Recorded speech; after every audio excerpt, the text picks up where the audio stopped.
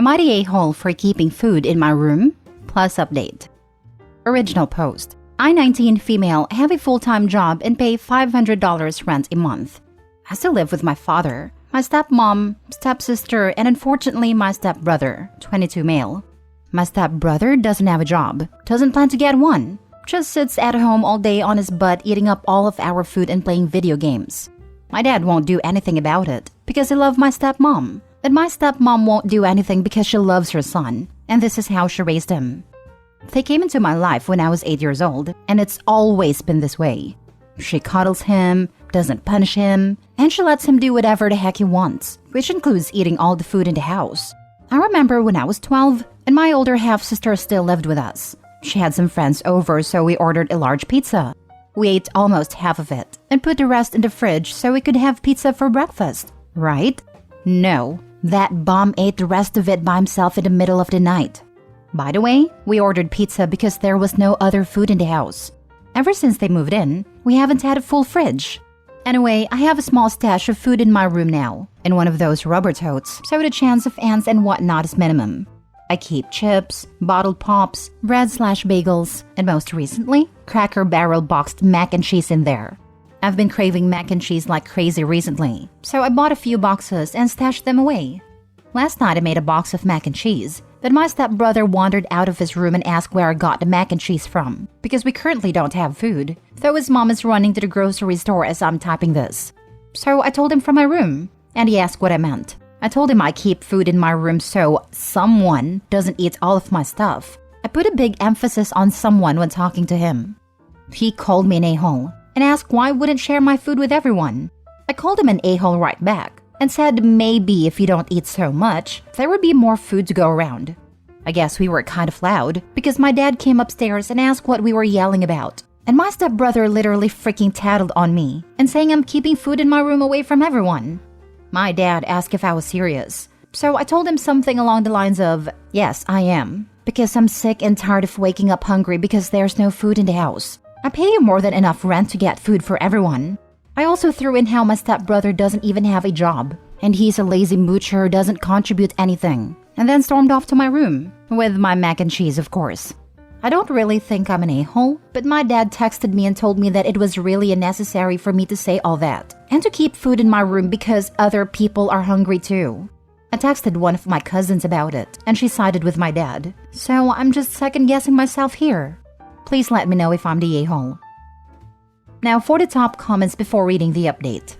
Not the a-hole. You are not stashing food from family pantry. You are buying your own food. The mistake was letting the secret out.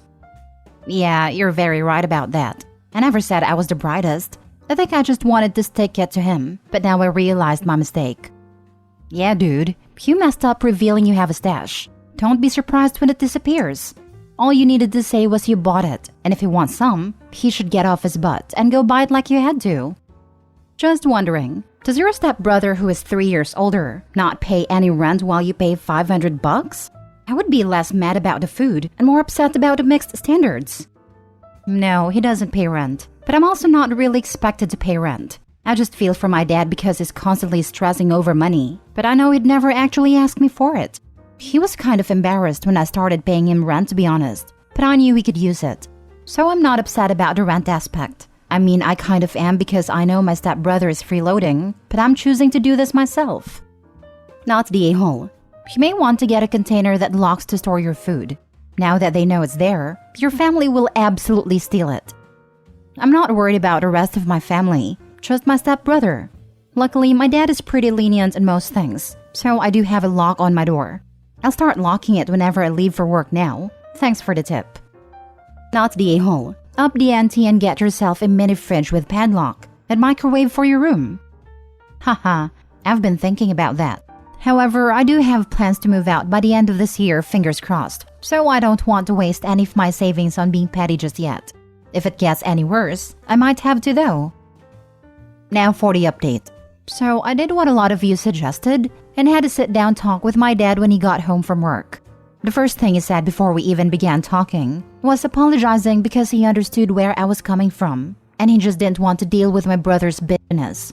I said that is fine, and then asked where he was spending all of my money because the mortgage is paid off and all we have are utilities and car payments and lots of car repairs because both cars are hunks of junk.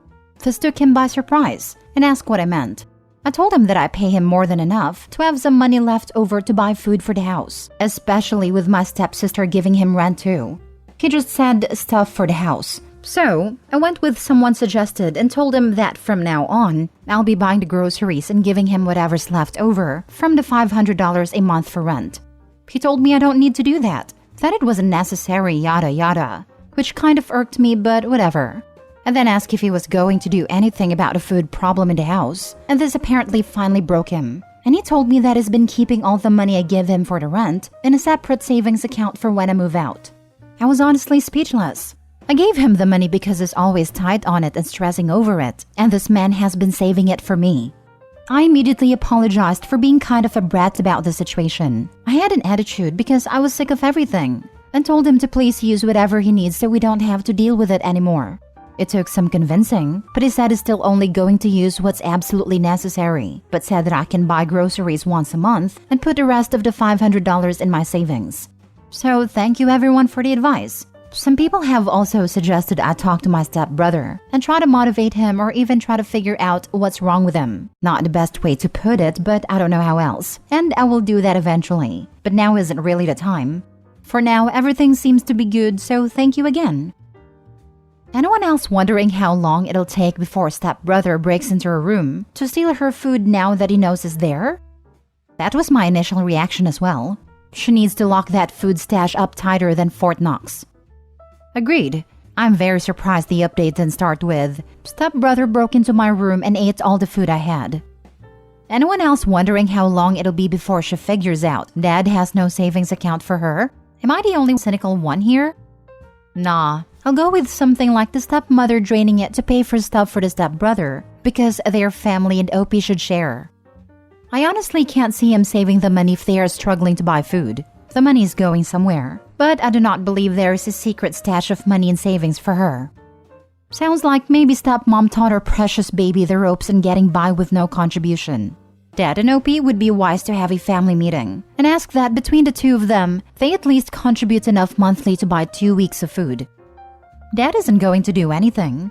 He went after his daughter instead of his stepson when he knew his daughter was in the right, just because it's more difficult. Standing up to his wife is even more difficult than that. I doubt he's suddenly going to grow a spine. Next story.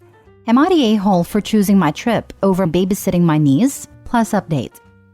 I, 27 female, have been planning a long trip abroad for some time now. I work remote, so it's easy to pick up and go, and this is my first time doing it. I was laid off recently, but since I have a lot of money saved and the trip has already been paid for, I've decided to go for a sabbatical. For months, I have had to convince my parents, grandparents, and siblings that I am going to safe places, that I have enough money, and that they don't need to worry. I finally had them in a good spot, and I'll leave in about 2 weeks. Recently, though, things have changed. I normally end up taking care of my niece, 2 female, for my sister, 32 female, at least once a week. My sister goes to work 3 days a week and works 2 days from home. And her husband, 39 male, works from home, but has to stay near his computer at all times since he works in customer service. On the weekends, they enjoy going out to things like hockey games, dinner, etc. I normally take care of my niece during those times. It tends to work out because they will go out on Sunday, so I will have my Friday and Saturday nights. But with this trip, of course I will not be able to babysit. My sister was joking about this one day, and recently my parents have been asking a lot about my trip. And what about my niece? I was confused and asked them to elaborate. Apparently, 2 years old is an important time in a child's life, and they said that she wouldn't remember me when I got home. They want me to shorten my non-refundable trip and come home earlier so I don't miss out on any milestones. I told them that I couldn't and that it was final, and now they have been amping up the guilt. They have also gotten my grandparents involved. The only support I have is my brother, 30 male, who also never sees my niece except for special occasions.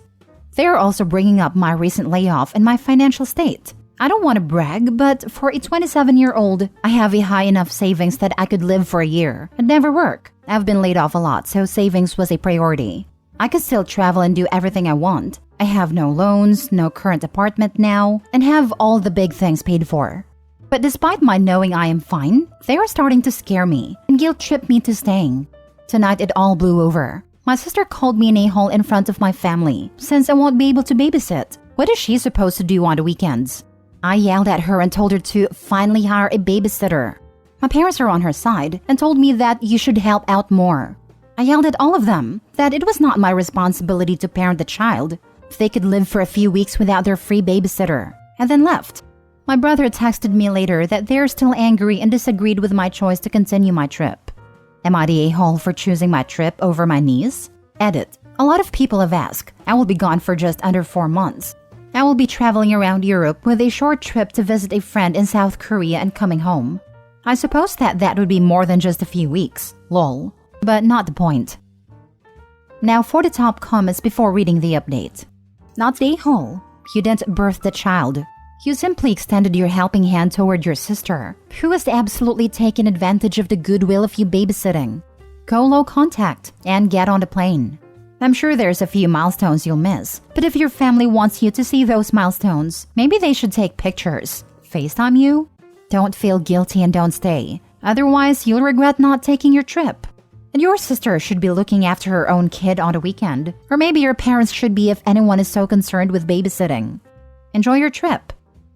If not low contact, cut down on the babysitting, like once in a couple of months if you feel generous. And there's no need at all for family permission to go away on holiday either. No more free babysitting. This is how it started. Occasional babysitting turned into a regular Sunday thing. Now they want you to put your life on hold so you can watch the child they created. When my son was 2, I took him to another country with my mother. My husband was gonna join us 2 weeks later, as he was short on vacation time. Guess what? Kid remembered his dad. He even knew his paternal grandparents and maternal great-aunt, whom he never met before and only saw on FaceTime once a week. So, kid will remember you. Oh, and don't be talked into any family holiday either. You know your sister is going to dump her kid in your lap. Tell your sister to suck it up. And tell your parents to help out more. Enjoy your trip. Now for the update. Hey everyone! First off, I want to thank everyone that commented on my last post. It blew up, so I wanted to update really quickly. I wanted to answer a few questions. 1. Yes, I have a year's worth of savings. This means that I can pay for rent and other expenses for up to 1 year without a job. 2. I do plan on continuing to look for a new position and take interviews when I can. I hope that I can get a new one because in my state, I am unable to get a new apartment without proof of income at my age. 3. I only moved back in with my parents temporarily. It's been a month. I wanted to save money and not have an apartment. They're also storing all of my stuff. They are normally okay parents, but they play favorites. 4. I will not go no contact with my family, but maybe low contact. They are important to me, but I will take your advice to stop babysitting every Sunday for my niece. It's obviously been a bad habit for my sister and brother-in-law. On to the update. Today was my niece's birthday. It was a small get-together of my family and some friends, and it was a really good time.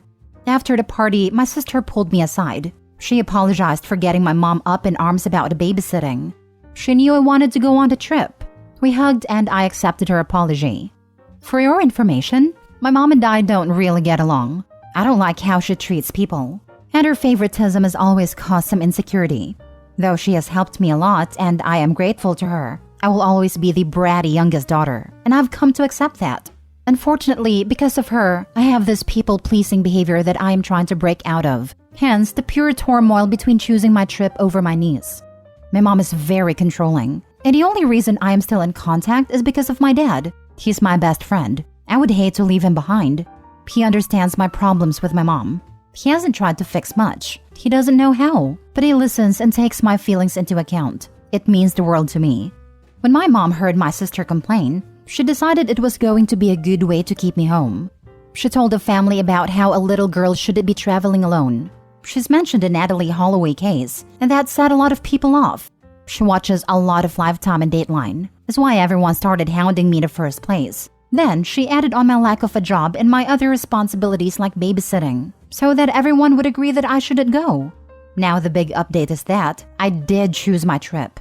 In fact, I'm planning to extend. Maybe I'll travel more around Southeast Asia or go to Australia, since I will be over there. To be determined, but I wanted to thank everyone for the advice and the good wishes. You all have made me feel so much more confident about this trip. Thanks again. Edit. My parents do babysit once a week as well, just during the weekday since they are retired. Natalie Holloway was 18. You were 27, and that may make you a little girl if you're a tortoise or a Greenland shark. But as a human, it makes you a perfectly normal adult. Have a great trip, and Gray rock the F out of your mom. It's disappointing about the dad. Mom has apparently been pulling stuff like this for years, and he just throws his arms in the air. Defend your daughter, man. It's disappointing when kids can't understand that the other parent's sins are just as bad as the abusive ones if the other won't defend and protect the child. Sad. I wished people would get through their heads that the enabling parent is not nice. They are complicit. It's part of the screwed-upness of growing up in such a family. There's one parent behaving badly, and you feel terrible around them. Then there's the other parent. If you spend time with them alone, you feel good. They listen. Maybe they even acknowledge you're having a difficult time. They don't fix it, but during your time with them, you felt more comfortable. It feels like the dynamic is set in stone. You can't do something about it. They say they can't do something about it, but at least they don't brush you off completely. The thought that they could actually do something to protect you doesn't cross your mind. In your eyes, they are the good parent because they sometimes give you a minimum of attention, and you feel comfortable spending time with them in comparison to the other parent. It's difficult to wrap your head around the fact that they also failed you, but in a different way than the more obvious toxic parent.